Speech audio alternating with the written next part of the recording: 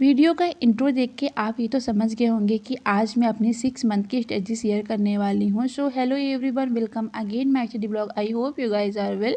Morning के हो रहे हैं 9 AM और फटाफट अपना रूम क्लीन करने के बाद मैं आ गई हूँ अपने डेस्क पे अपने फर्स्ट फ्लोर को स्टार्ट करने, जिसमें आज हम पढ़ेंगे उपबंध में वित्तीय आपातकाल, जो कि आर्टिकल 360 से है और जो भारत में कभी नहीं लगा है।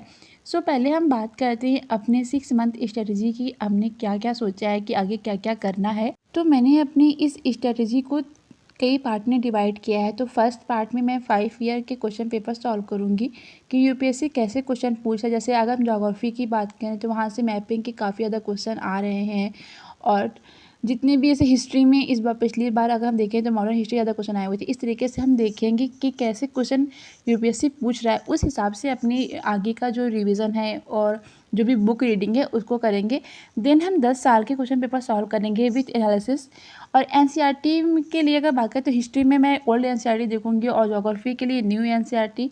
यूपीएससी का जो अदर एग्जाम कंडक्ट कराते हैं, जैसे एनडीए हो गया, एपीएफओ हो गया, उसके क्वेश्चन पेपर भी उठा के देखने वाली हूँ, क्योंकि वहाँ से भी हमें एक आइडिया मिलेगा। और कई भी क्वेश्चन ऐसे होते हैं जो वहाँ से भी यूपीएससी इस साल देगा, या फिर ऐसी संभावनाएं भी मानी जाती हैं, तो हम वहाँ भी देखेंगे, क्योंकि हमारा जो फोकस होगा वो हर जगह होना चाहिए। देन हम मॉक टेस्ट देंगे। मॉक टेस्ट जितने ज़्यादा दे सकेंगे उतना देंगे। जैसे मैं विजन आईएएस का पूरा 35 पार्ट मॉक टेस्ट देने वाली हूँ ये। फिर जो क्लासेस में मॉक टेस्ट होगी उसको पूरा देंगे। करंट अफेयर्स में मंथली मैगजीन पे मेरा फोकस है। पीटी 365 इस बार मैं नहीं पढ़ रही हूँ, क्योंकि मंथली मैगजीन और डेली का न्यूज़पेपर और करंट अफेयर्स मेरा हो ही रहा था, और इसके बाद जो क्लासेस चल रही हैं तो क्लासेस में काफ़ी ज़्यादा हेल्प मिल जाएगी।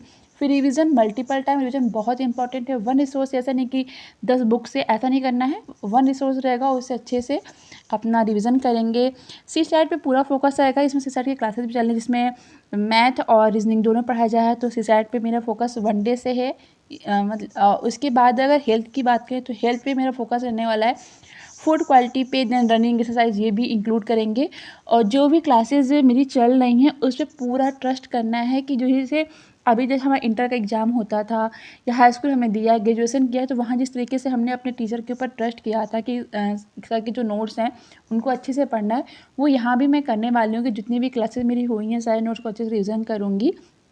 तो इस तरीके का कुछ मेरा एक प्लान है अपने इस एग्ज़ाम का, जो मैं मई तक फॉलो करने वाली हूँ। और मेरे यूपीएससी और यूपीपीसी दोनों है, तो यूपीपीसीएस के लिए भी मैं ये सेम रूटीन ही फॉलो करूँगी। जैसे दृष्टि के मॉक टेस्ट देने वाली हूँ, और ज़्यादातर मैं मॉक टेस्ट दूँगी, और उसका जो एनालिसिस होता है उसको अच्छे से देखूँगी कि मॉक टेस्ट के बाद।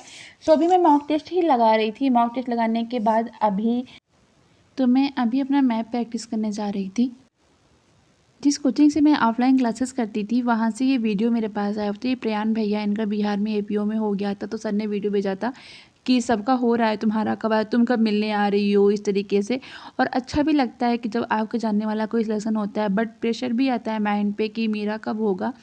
और अभी टाइम था ब्रेकफास्ट का कि सुबह से मैंने कुछ नहीं खाया था, और टाइम बोल के 3 मॉर्निंग से लेकर के नाइट तक तो क्लासेस ही होती रहती हैं। थोड़ा शेड्यूल बिजी होता है, तो अभी सबके साथ करेंगे ब्रेकफास्ट, क्योंकि 5 मिनट का ब्रेक मिला था।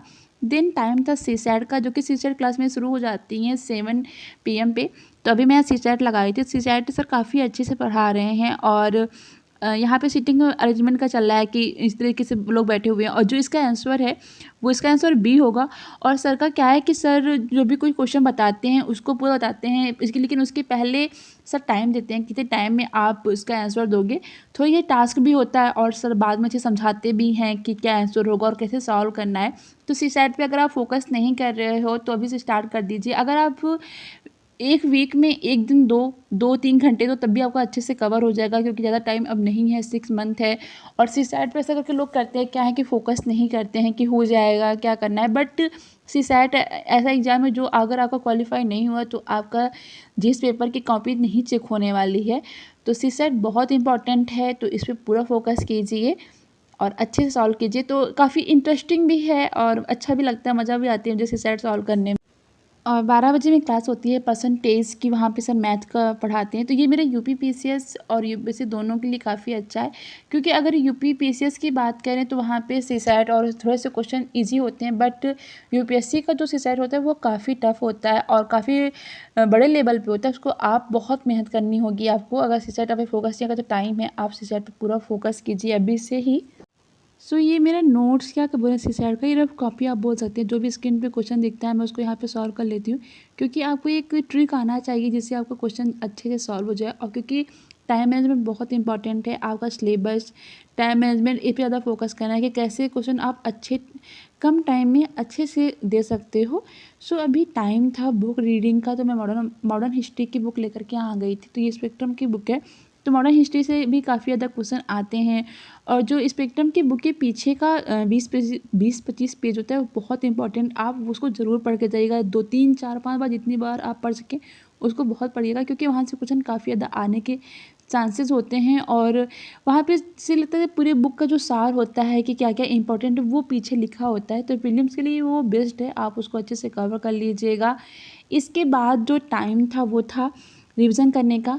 और ठंड आ चुकी है तो मैं बैठ करके अपना अच्छा खासा टाइम यहीं देने वाली हूँ, क्योंकि रज़ाई में बैठ के पढ़ने से नींद आती है। तो यहाँ बैठ के अपना कंफर्टेबल होकर के अच्छे से पढ़ाई करेंगे। तो रिवीजन में यहाँ पे कर रही थी पॉलिटी, इकोनॉमी, साइंस सेंटर की, इन्वायरमेंट की।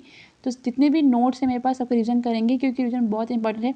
रिसोर्सेज अपने कम रखिए, जो भी रखिए वो अच्छे रखिए। और ज़्यादा बुक पढ़ने की कोशिश मत कीजिए कि 10 बुक पढ़ लेते हैं, 20 बुक पढ़ लेते हैं। जो भी एक बुक पढ़िए और उसको अच्छे से बार बार पढ़िए। सो अभी टाइम था, करंट अफेयर्स मैंने कवर कर लिया था। देन न्यूज़पेपर पढ़ेंगे, मैं बहुत थोड़ी तिरछी हो गई थी, उसको मैंने सही किया।